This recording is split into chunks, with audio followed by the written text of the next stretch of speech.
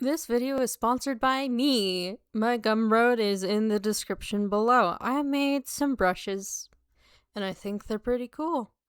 And the very back end of this video has some speed paints showing examples of what you can do with them. So if you make art and you use Clip Studio Paint, you can get these brushes. I'm sorry, they don't exist for Procreate or any other program because Clip Studio Paint is unique with its brushes and the way that it exports files. But if I can figure out a way to make it happen, I'll make more that are formatted for other programs. But for now, we're just doing Clip Studio Paint. Anyways, thank you for listening to my little self plug. Enjoy the rest of this think piece, if you could call it that. I don't know what to call it. A while ago, I worked at a candy making shop for a short amount of time between finding full-time work, and my manager posed an interesting question to me. He asked me as an artist if I believed in original thought. I told him no, but there was not enough time to elaborate on why I think that there is no original thought at that moment in time, on account of I burned myself with caramel at that exact moment. And he seemed disappointed in my answer, which led me to believe that because I didn't have time to elaborate, and the conversation had kind of moved on at that point, he inferred his own meaning from what I had said, and in an instance like that, that's fair. That's understandable. I'd like to readdress the question now, though. Maybe he'll see this, maybe he won't, but either way, I'm going to elaborate on this because I've been thinking about it recently. And we're going to do this on top of my amazing Digital Circus poster drawing because it's the footage that I have right now to fill the time. So when I say I don't believe in original thought, I don't mean that I don't mean that I think everything is inherently stolen or that there's no original ideas left in the world. I mean that the things we create exist within the context of how we were raised, what media we're exposed to, what things we interact with, what tools we use, what toys we played with, all of these things that we engage with and so on. I don't believe in pure original thought because everything is derivative of what we experience as we live and grow. And because of that, new spins, new concepts, and new interpretations of old ideas are constantly being born. There's a video that I really like by Noodle talking about Miserlou and the transformation of the song over the centuries that encapsulates this concept well. I recommend watching it. I'm gonna pin it up here. Being in and out of the sphere of entertainment, whether you work professionally or you do indie like I do, means knowing a few things about copyright laws at a necessity. What things are protected by copyright law and what things are not. Most YouTubers have a vague understanding of fair use. Fair use is the right to utilize and modify something that is copyrighted, so long as the redistribution is critique or parody, or even further than that, so transformative from the original source material that it becomes its own unique thing by itself. That is the surface level understanding of it. There's no pre-established US court hearings that establish that if an idea isn't fully finished, it's not copyrightable. Wait, no, I said that wrong. Sorry, I'm skipping parts in my own script. Okay. What I meant to say was that it has been established in US courts that if an idea is halfway finished, it is not copyrightable because you cannot copyright an idea. You can copyright an image, you can copyright like the names of characters, you can copyright specific things related to a project, but when it comes to the general vague idea established to create something, you cannot copyright that.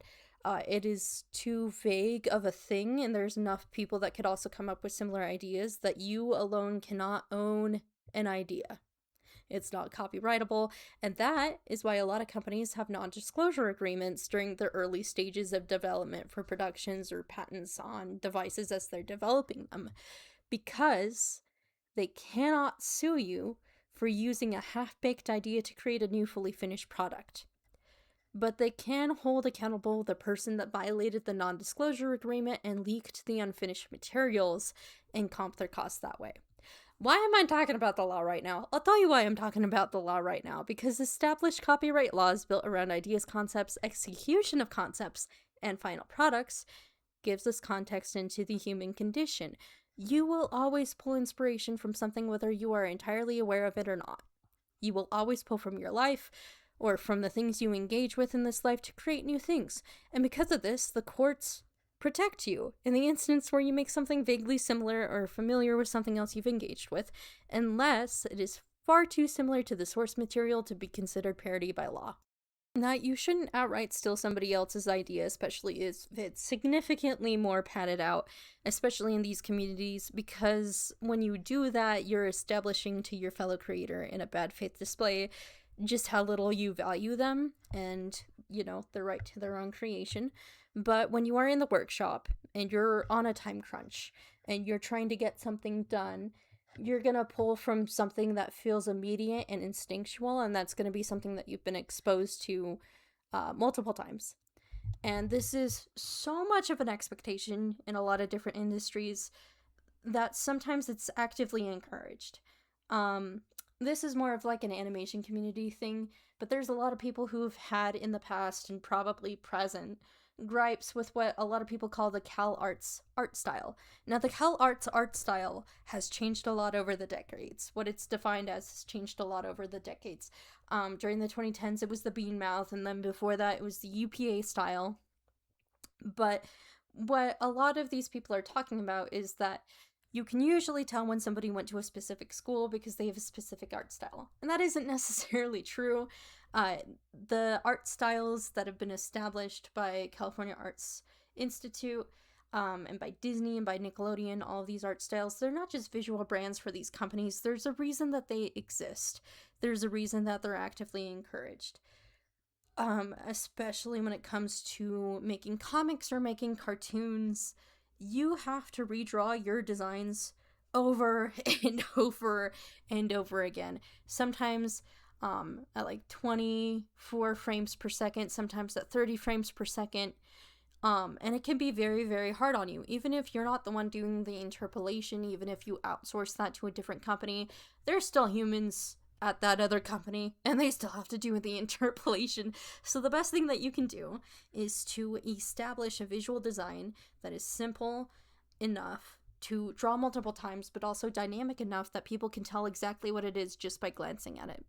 The other thing is that for a lot of these cartoons and comics that are aimed towards children, the designs are kept simple because children are still learning skills. They're still learning how to draw.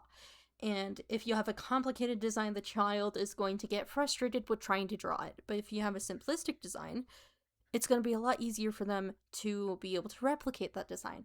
And they're going to draw it and they're going to be happy with it, or like more realistically happy with it. All of it is very, very intentional.